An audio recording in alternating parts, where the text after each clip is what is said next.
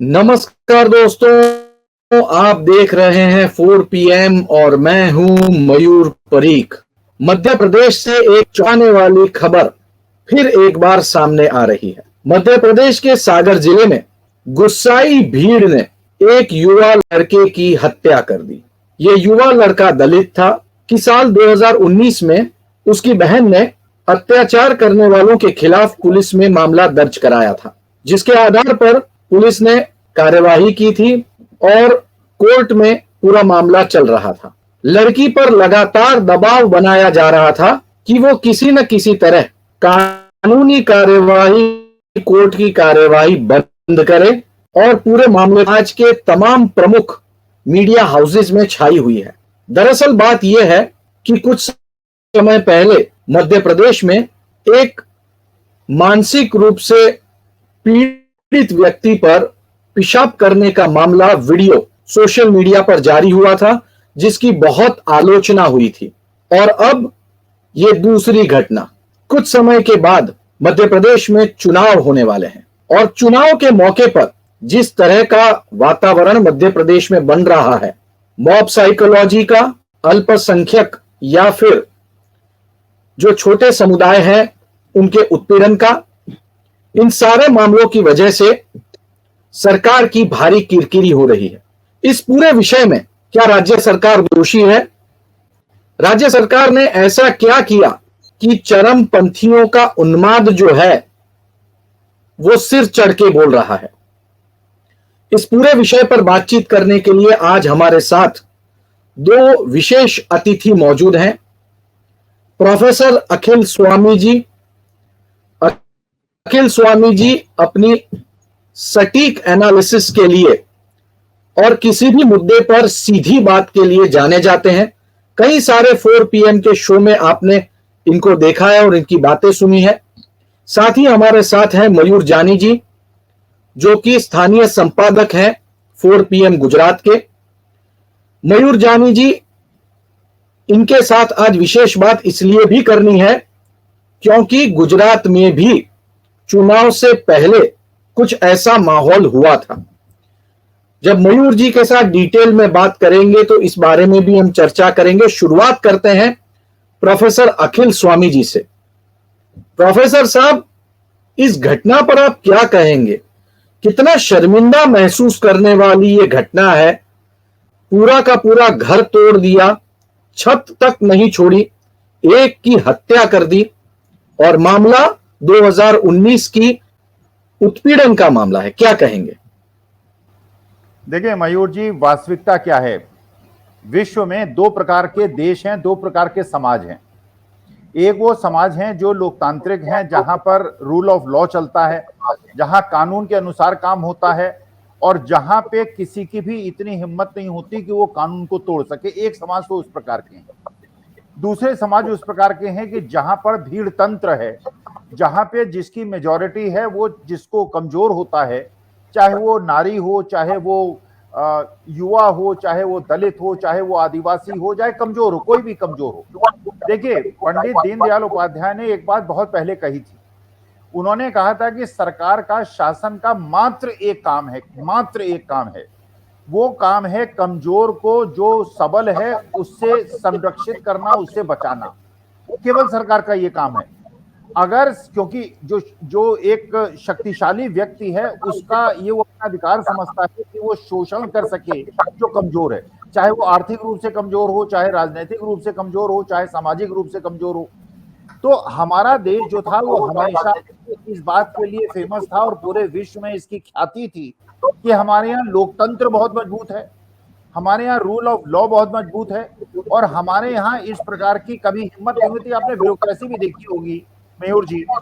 Bureaucracy जो थी वो हमेशा वेडेड होती थी कॉन्स्टिट्यूशन के प्रति, वो किसी व्यक्ति या सरकार के प्रति नहीं होती थी। तो हम भी जब सरकार के पास जाते थे गुहार लगाने के लिए या कोई मदद मांगने के लिए, तो हमको ये लगता था कि सरकार का अधिकारी जो है वो निष्पक्ष रूप में कानून के पास जाएं, अधिकारियों के पास जाएं, कहीं भी जाएं, हमें न्याय मिलेगा।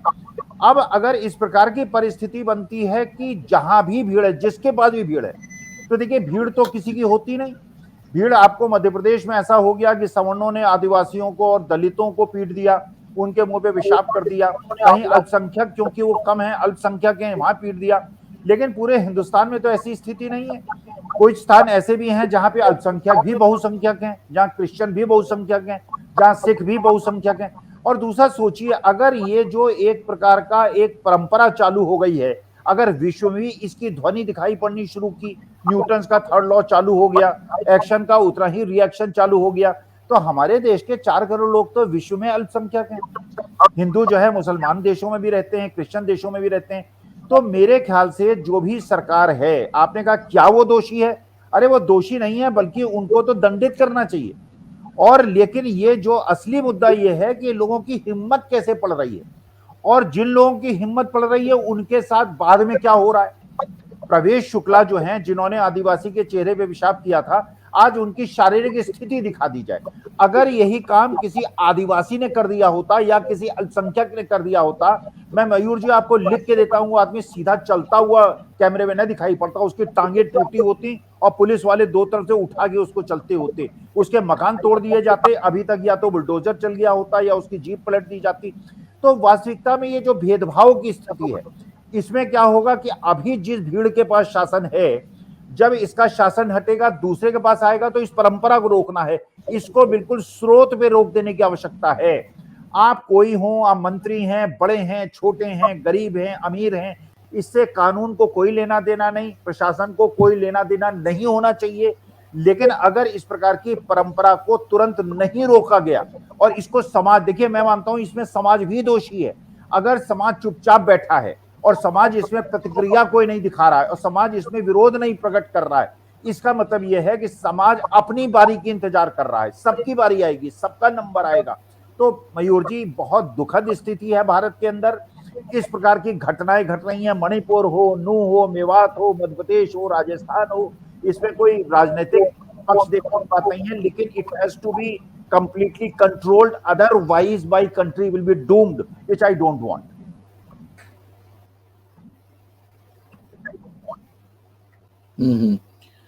बहुत सही बात कही आपने प्रोफेसर साहब।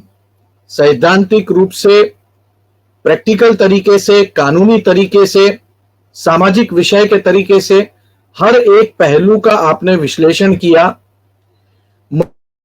मयूर जानी जी के साथ हम थोड़ी सी राजनीतिक चर्चा करेंगे इस विषय में। मयूर जी, कुछ ऐसा ही माहौल हमें जो विधानसभा चुनाव हुआ तब हमें देखने मिला था। एक के बाद एक जो थी, दलितों के उत्पीड़न के कई सारे मामले सामने आए थे और जिसके बाद बड़ा हंगामा हुआ था।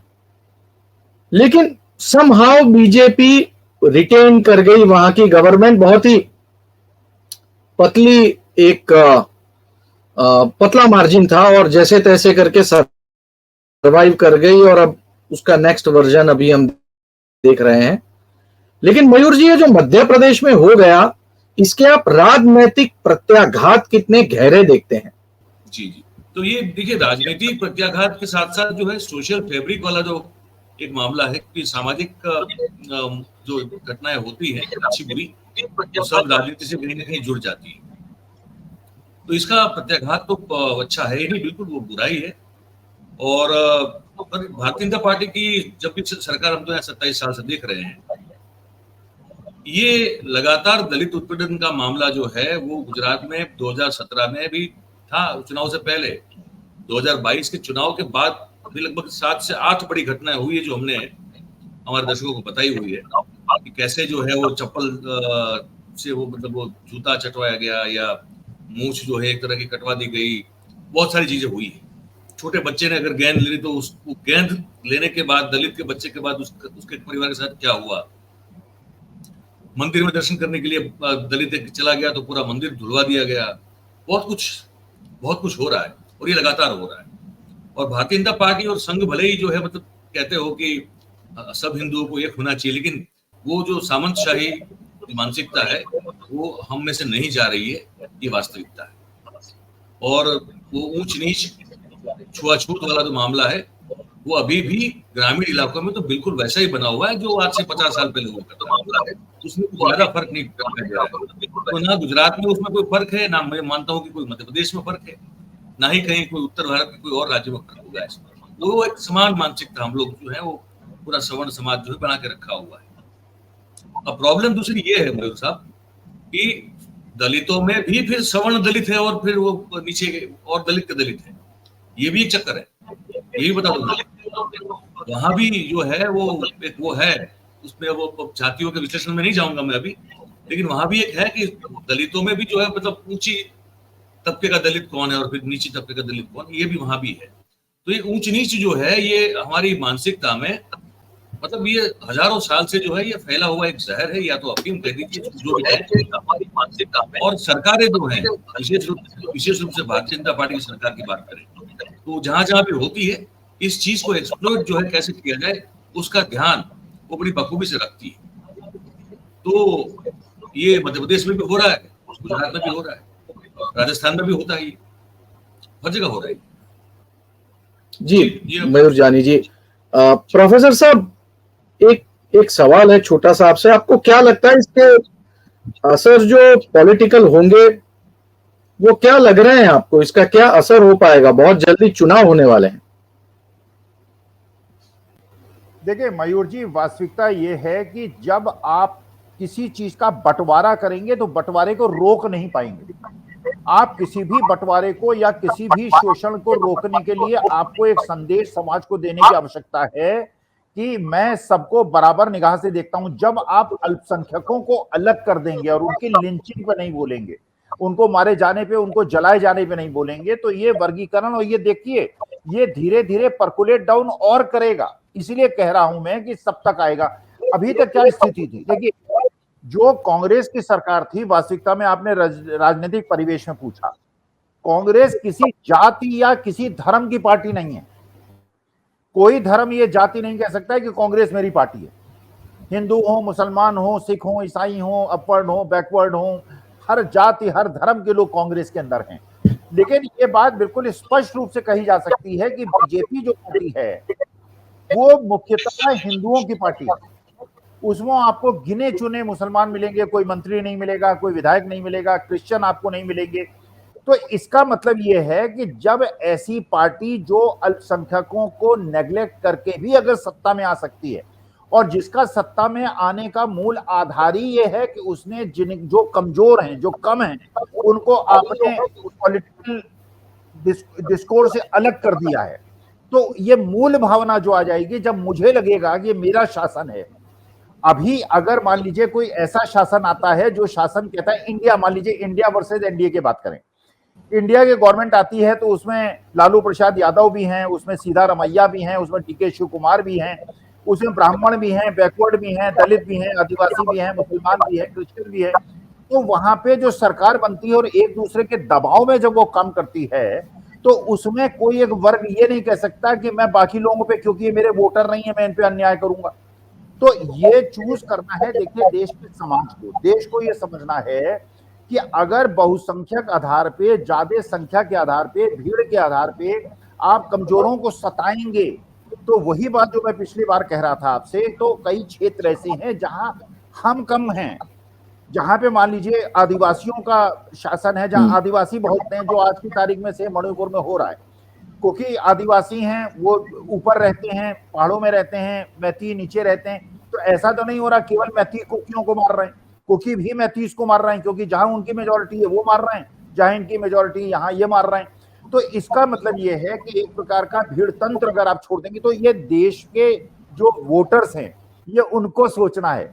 अगर गुजरात में इस प्रकार दलितों पे हुए अत्याचार के बावजूद अगर थंपिंग मेजोरिटी बीजेपी को मिलती है, और अगर उसी प्रपंच में मध्य प्रदेश के अंदर दलित और आदिवासियों पे ये होता है कि सवर्ण डोमिनेशन जो है, जो मनुस्मृति है और एक उस प्रकार की व्यवस्था है, मनुवाद की व्यवस्था है, जिसमें दलित और आदिवासियों को, अल्पसंख्यकों को कोई अधिकार नहीं होगा, सब सवर्णों के अधिकार पे होगा, और जनता इसके बावजूद अगर वोट देती है तो जनता उसको सही की। लेकिन मुझे ऐसा लगता है कि जनता में, बल्कि सवर्ण वर्ग में भी ये चीज पर्कुलेट डाउन कर गई है।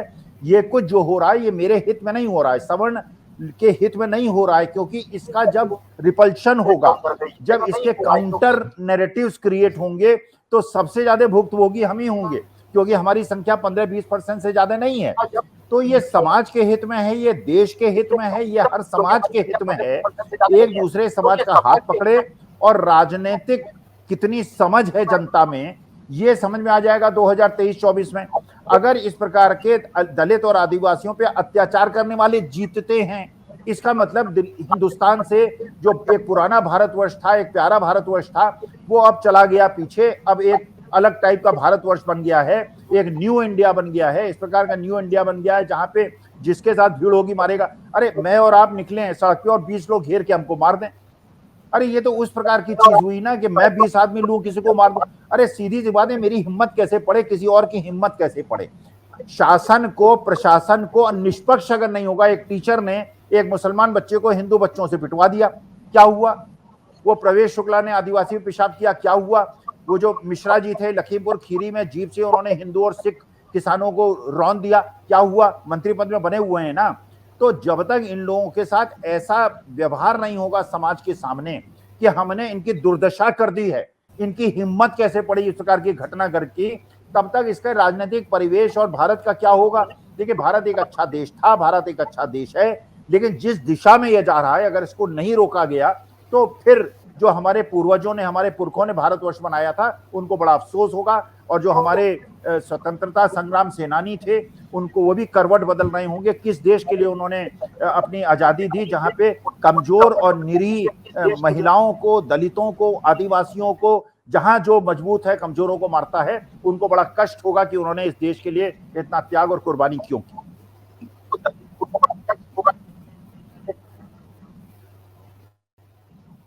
जी बहुत बहुत शुक्रिया अखिल स्वामी जी, आपने विषय के ऊपर हम आने वाले दिनों में भी और हमें घटनाएं जिस तरह से देखने मिल रही है, हम कई मामलों पे चर्चा करेंगे। लेकिन मयूर जी, आपसे ये जानना चाहते हैं कि आखिर मध्य प्रदेश में जब चुनाव हो रहा है और इस तरह की घटनाएं हो रही हैं, क्या ये बीजेपी अपने फायदे के लिए करवा रही है, सत्ताधीश अपने फायदे के लिए करवा रहे हैं, या फिर लोगों में अब कानून का डर निकल गया है? मैं एक बात बताऊं आपको, मैं अभी जो कुछ दृश्य है, मैं सिर्फ अभी गुजरात की ही बात कर लूं आपको। मतलब आप, मध्य प्रदेश हमारा पड़ोसी राज्य है, बिल्कुल सटा हुआ, वहां भी भारतीय जनता पार्टी की सरकार है, यहाँ भी है। डर जो है ना कानून का, वो तो मैं आपको बताऊं ऑलमोस्ट जो है वो निकल गया काफी। मैं कल रात की घटना बताता हूँ आपको। बड़ौदा शहर में 41 साल की एक महिला, जिनका कुछ ब्यूटिशियन के तौर पर कुछ कामकाज चलता है बड़ौदा, रात को 2-2:30 बजे के आसपास जो है वो शराब में टुन होकर जो है मेन रोड पे निकलती है, और पुलिस चेकिंग होती है, पुलिस उसको रोकती है। वो पुलिस कर्मचारियों पर भी हाथ उठाती है, महिला पुलिस कर्मचारियों पर हाथ उठाती है। उस कानून का डर नहीं है, पहली बात। और कानून का डर नहीं रहा है, ये कम होता जा रहा है। उसका कारण भी जो ये शासन प्रणाली है भारतीय जनता पार्टी की, वो उसमें बहुत महत्वपूर्ण एक सबसे बड़ी भूमिका उस पार्टी की शासन पद्धति की है।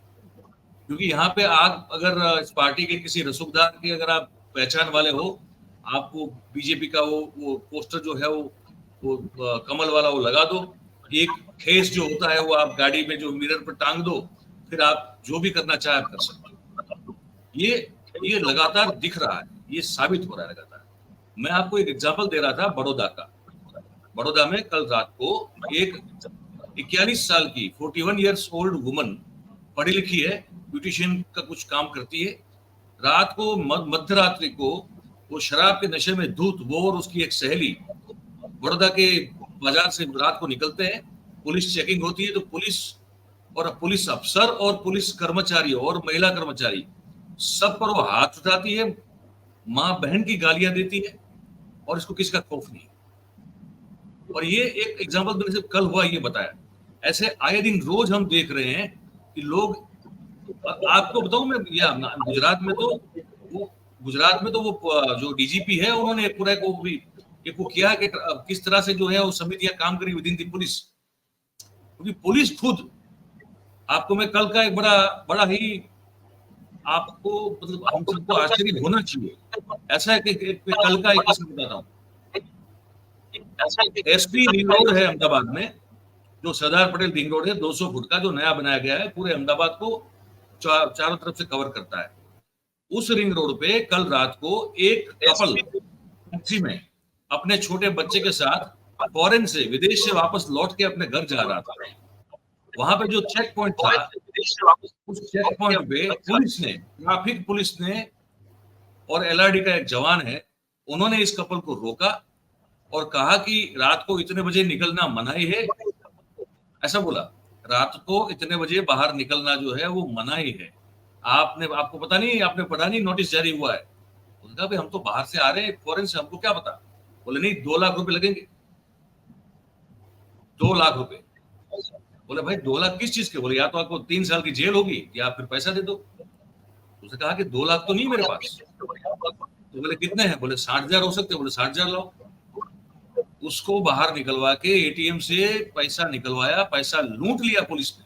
अब मैं चोर लूटरों की बात नहीं कर रहा हूं, मैं पुलिस की बात कर रहा हूं। गुजरात में, अहमदाबाद में, एसपी रिंग रोड पर कल रात की घटना।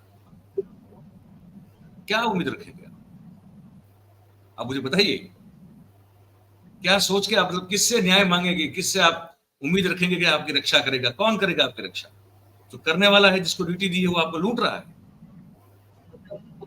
और भारतीय जनता पार्टी यहां नहीं, हर जगह, गुजरात में नहीं, मध्य प्रदेश में भी वही हाल है जी। बिल्कुल।